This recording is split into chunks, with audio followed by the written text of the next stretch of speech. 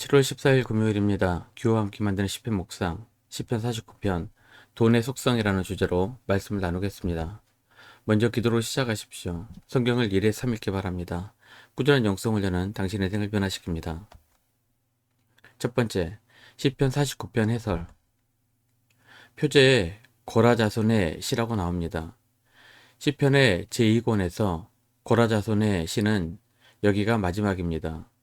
고라자손의 시는 이후 제3권에서 다시 몇 편이 등장합니다. 시편 49편은 전도서나 잠언을 읽는 듯한 느낌이 드는 지혜 시편입니다. 지혜 시편은 교훈을 주는 시입니다. 그래서 시인은 독자들이 주의 깊게 잘 들으라고 강조합니다. 1절 2절입니다. 못 백성들아 이를 들으라. 세상의 거민들아 모두 귀를 기울이라. 귀천 빈부를 막론하고 다 들을지어다. 삶의 경륜이 충분히 있거나 아니면 어떤 깨달음의 경지에 이르면 누군가에게 교훈을 줄 수 있습니다. 아마도 시인은 하나님의 지혜와 명철을 깨달은 것 같습니다. 3절입니다. 내 입은 지혜를 말하겠고 내 마음은 명철을 작은 소리로 읊조리리로다. 두 번째, 돈의 속성. 시인이 경험하고 깨달은 지혜와 명철은 돈에 관한 것입니다. 시인은 돈의 속성을 정확하게 간파하고 있습니다. 6절 7절입니다. 자기의 재물을 의지하고 부유함을 자랑하는 자는 아무도 자기 형제를 구원하지 못하며 그를 위한 속전을 하나님께 바치지도 못할 것은. 돈에 대해 기독교에서 크게 두 부류로 나눕니다. 첫째 부류는 돈은 악한 것이니 가난해야 깨끗한 삶을 살다는 청빈론입니다. 아마도 그 근거가 되는 성경은 다음과 같습니다. 디모데전서 6장 10절입니다. 돈을 사랑함이 일만하게 뿌리가 되나니 이것을 탐내는 자들은 미혹을 받아 믿음에서 떠나 많은 근심으로써 자기를 찔렀도다. 돈을 사랑함이 일만하게 뿌리가 된다는 구절이 청빈론의 근거가 되는 대표적인 구절일 것입니다. 마태복음 19장 24절입니다. 다시 너에게 말하노니 낙타가 바늘기로 들어가는 것이 부자가 하나님의 나라에 들어가는 것보다 쉬우니라 하시니. 부자가 천국에 가는 것보다 낙타가 바늘기로 들어가는 것이 쉽다는 예수님의 말씀도 청빈론을 지지하는 구절입니다. 돈에 대한 두 번째 부류는 돈은 중립적이며 깨끗한 부자로 살 수도 있다는 청부론입니다. 성경에 깨끗한 부자들이 많았다는 것입니다. 아브라함, 이삭, 야곱, 요셉도 깨끗한 부자였고 그 외에도 욥, 다윗, 삭개오, 아리마대 요셉 등도 존경할 만한 부자들이었다는 것입니다. 성경에서도 부에 대해 긍정적으로 묘사하고 있는 구절들이 있습니다. 창세기 27장 18절입니다. 하나님은 하늘의 이슬과 땅의 기름짐이며 풍성한 곡식과 포도주를 내게 주시기를 원하노라. 구약에서는 이러한 풍요를 하나님께서 주신 복으로 여겼습니다. 시편 128편 2절입니다. 내가 내 손이 수고한 대로 먹을 것이라. 내가 복되고 형통하리로다. 그러므로 돈이나 물질은 어떤 면에서 중립적인 것으로 보아야 할 것입니다. 성경에서도 돈이 약하다고 하진 않았습니다. 돈을 사랑하는 마음이 문제이지 돈 자체는 중립적인 것으로 보아야 할 것입니다.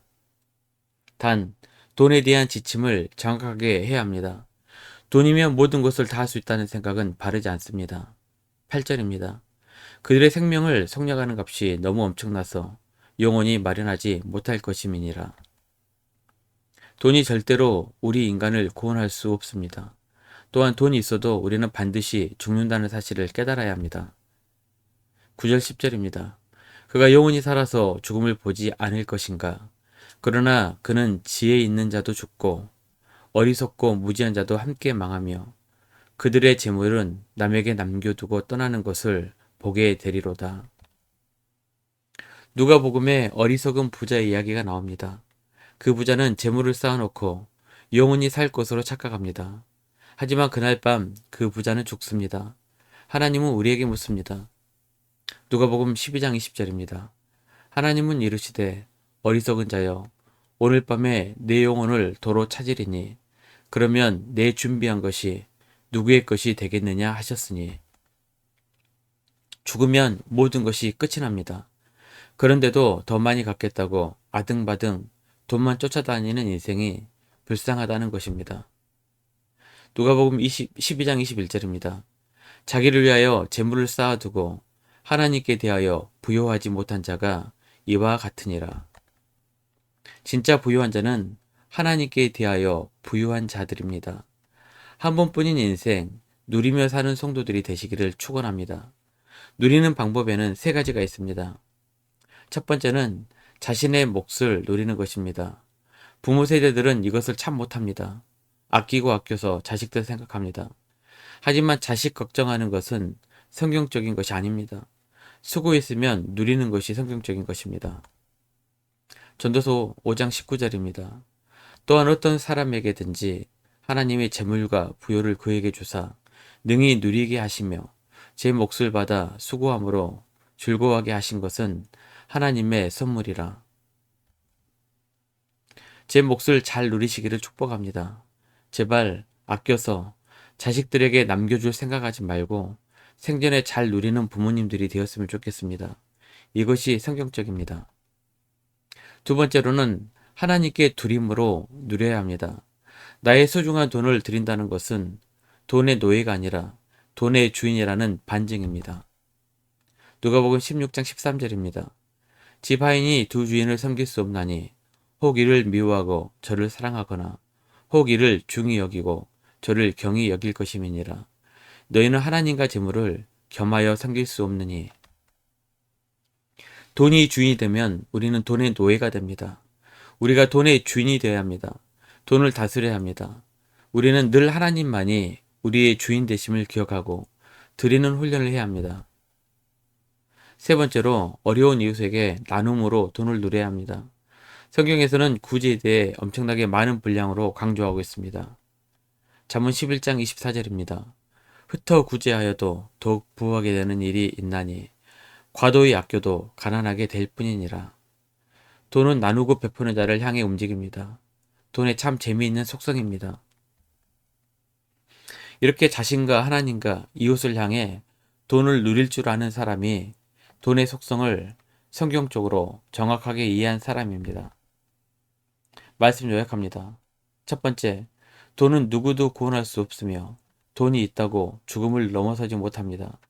오직 하나님을 의지하며 사는 자가 승리하게 될 것입니다. 두 번째, 하나님께서 주신 돈으로 하나님과 이웃과 자신을 위해 누릴 줄 아는 지혜로운 자들이 되시기를 바랍니다. 1년 성경 읽도 주간 계획입니다. 오늘은 금요일 잠언 8장의 10장까지 말씀을 천천히 묵상하십시오. 7월 중보기도 제목입니다. 5가지 기도 제목 충분히 기도하시고 교회와 개인을 위해서 기도하시길 바랍니다. 가정에서 기도하시기 힘드신 분들은 교회 나오셔서 주중기도의 시간을 이용하시면 됩니다. 주중기도는 새벽 6시부터 밤 10시까지입니다. 편안한 시간에 나오셔서 정기적으로 기도하시길 바랍니다. 하루 30분씩 최선을 다하시길 바랍니다. 그러면 여러분의 삶이 변화될 것입니다. 영상을 다 보신 분들은 확인 문자를 보내시거나 유튜브에 댓글로 달아주시면 정기적인 영성 훈련에 도움이 될 것입니다. 오늘 하루도 승리하시기를 기도합니다.